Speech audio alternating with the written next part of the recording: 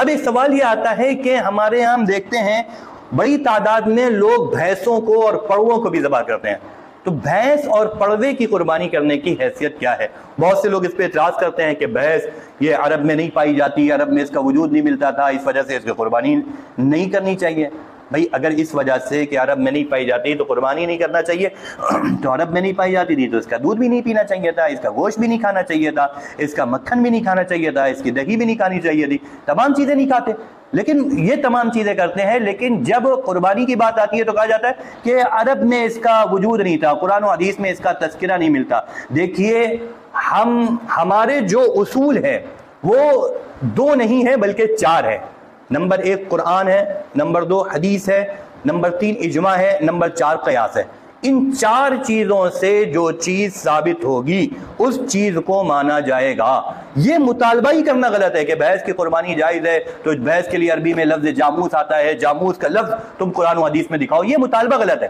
ہم کہتے ہیں ہم ہر حکم شرعی کو، ہر شرعی چیز کو 4 دلائل سے ثابت کریں گے۔ ہم سے ان 4 دلائل کا مطالبہ کرنا چاہیے کہ ان دلائل شرعیہ سے آپ بھینس کی قربانی ثابت کریے۔ یہ سوال ہی غلط ہے کہ بھینس کی قربانی کو قرآن سے ثابت کیا جائے، حدیث کے جائے۔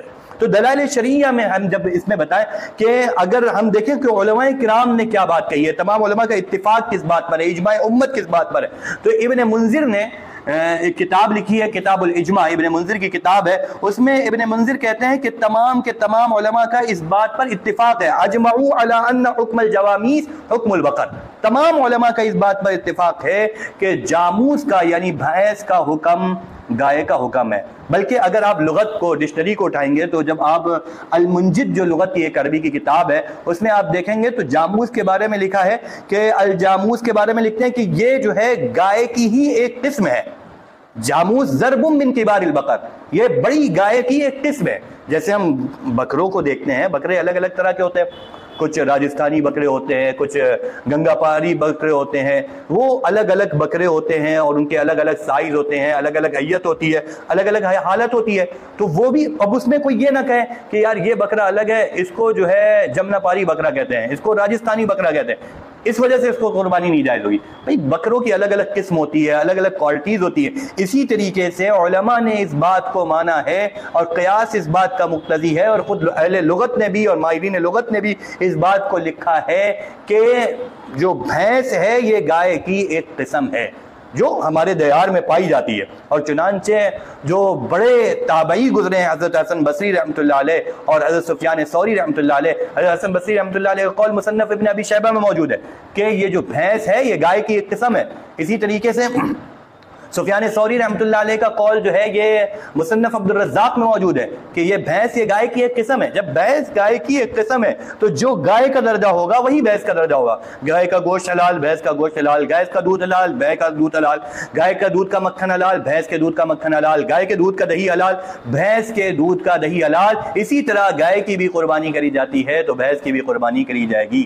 بلکہ آج بھی ہمارے دیار کے جو نام نہاد اہل حدیث ہیں اور جو اصل میں تو غیر مقلدین ہیں وہ اعتراض کرتے ہیں اور پرچے ارچے باٹا کرتے ہیں کہ بھائی بھینس کی قربانی نہیں، لیکن حقیقت تو یہ ہے ایک بڑی تعداد ہے خود غیر مقلدین کی جو بھینس کی قربانی کو اب مان رہی ہے، اور ان کے علماء باقاعدہ کتابیں لکھ رہے ہیں۔ دیکھیں میرے پاس ایک کتاب ہے، میں آپ کو دکھاتا ہوں، یہ بھینس کی قربانی ایک علمی جائزہ، یہ ابو عنایت اللہ مدنی نے لکھی ہے اور جمعیت صوبائی جمعیت اہل حدیث ممبئی نے اس کو شائع کیا۔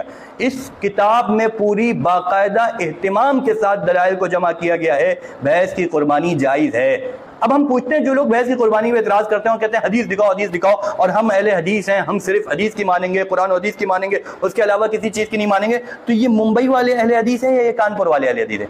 کانپور والے سچے اہل حدیث ہیں، پکے اہل حدیث ہیں، یا ممبئی والے اہل حدیث ہیں؟ بھائی وہ کون سے ممبئی والے اہل حدیث ہیں کہ ان کو بھینس کی قربانی جائز سمجھ میں آ رہی ہے؟ آپ کانپور والے اہل حدیث ہیں، آپ کو بھینس کی قربانی جائز سمجھ میں نہیں آ رہی؟ تو دونوں میں صحیح اہل حدیث کون ہے، سچا اہل حدیث کون ہے؟ کیا قرآن و حدیث کے علاوہ بھی کوئی چیز مانی جاتی ہے جو ممبئی کے اہل حدیث بھینس کی قربانی کو جائز مان رہے ہیں؟ تو ان کو تو پہلے خود اپنے لوگوں سے اس مسئلے کو حل کر لینا چاہیے کہ ان کے لوگ جو دلائل دے رہے ہیں اور جو کتابیں لکھ رہے ہیں، یہ ایک نہیں کئی علماء نے اہل حدیث کے بھینس کی قربانی کری جانی چاہیے، اور اب تو ایک بڑی تعداد ہے جو اس بات کو مان رہی ہے۔ کیوں مان رہی ہے؟ مجبوری بھی ہے، اصل میں بکرا ہو رہا ہے مہنگا، اب بکرا ہو رہا ہے مہنگا، اس میں ہر شخص کر نہیں سکتا، تو اب اس وجہ سے ایک بڑی تعداد اس چیز کو ثابت کرنے پہ لگی ہے کہ بھائی بھینس کی قربانی ثابت کر دی جائے تاکہ لوگوں کے لیے آسانی ہو جائے۔ ہم اس جذبے کی قدر کرتے ہیں، چلیے ضرورت کی وجہ سے ایک صحیح چیز آپ سمجھ رہے ہیں، ہم کہتے ہیں ایسی اور بھی بہت سی چیزوں پر آپ غور کیجئے تو انشاءاللہ آپ کو اہل سنت کے تمام مسائل جو ہیں وہ صحیح لگنے لگیں گے۔